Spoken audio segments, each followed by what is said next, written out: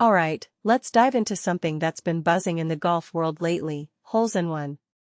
But not just any holes-in-one. We're talking about the recent streak of aces in central New York, and honestly, it's a goldmine of stories and stats that's got me thinking about the bigger picture of this sport. So, let's break it down, add some commentary, and maybe even speculate a bit on what this all means. First off, what's the deal with this sudden surge of holes-in-one? I mean, it's not every day you see this many aces reported in such a short span. Personally, I think it's a mix of skill, luck, and maybe even the courses themselves. Take Jerry Edsell Jr., for example, who aced the 135-yard number 4 hole at Drumlins West with a 7-iron. What makes this really interesting is the precision required. 135 yards with a 7-iron isn't just a swing, it's a calculated shot. And let's not forget the witnesses, Chuck and Vinnie Pendock. In my opinion, having witnesses adds a layer of authenticity that makes these achievements even more special. Now, let's talk about Bob Benjamin's ace on the 130-yard number 15 hole at Sunset Ridge. What many people don't realize is that shorter holes like this often require more finesse than power. Bob used a 6-iron, which tells me he's got a solid understanding of his game. But here's the thing, he had 3 witnesses.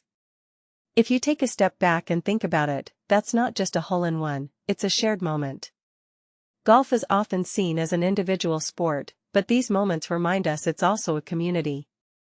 One detail I find fascinating is the variety of clubs used. Bill Brownlee went with a 4 hybrid for his 163-yard shot at Millstone, while Tom McChesney used a pitching wedge for a 142-yard hole at the Elms. This raises a deeper question, how much does club selection really matter? In my opinion, it's not just about the club, it's about knowing your game inside and out. These guys clearly understand their strengths, and that's what sets them apart. Now, let's shift gears to something equally impressive, shooting your age. Dave Greer, at 84, shot an 82 at Beaumont. Personally, I think this is one of the most underrated achievements in golf.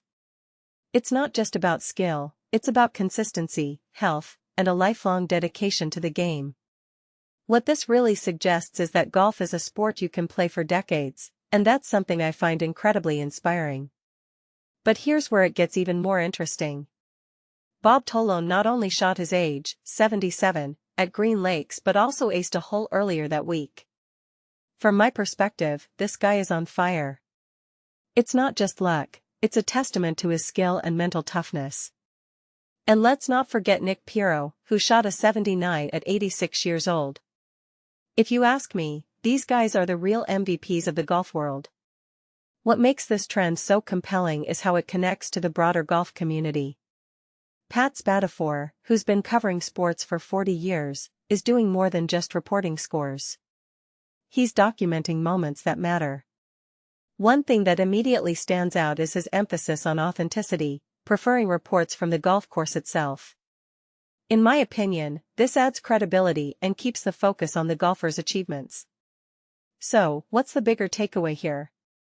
Personally, I think it's about the stories behind the stats. Each hole-in-one, each shot that matches a golfer's age, is a snapshot of dedication, skill, and sometimes, sheer luck. But it's also about the community, the witnesses, the courses, and the reporters who bring these stories to light. If you take a step back and think about it, golf isn't just a game, it's a tapestry of moments that remind us why we love it. As we wrap up, I'm left with one thought, what's next for Central New York's golfers? Will we see more aces? More players shooting their age? Personally, I'm betting on it. And I'm excited to see how these stories unfold. So, here's my question to you, what's your most memorable golf moment? Let me know in the comments, I'd love to hear your stories.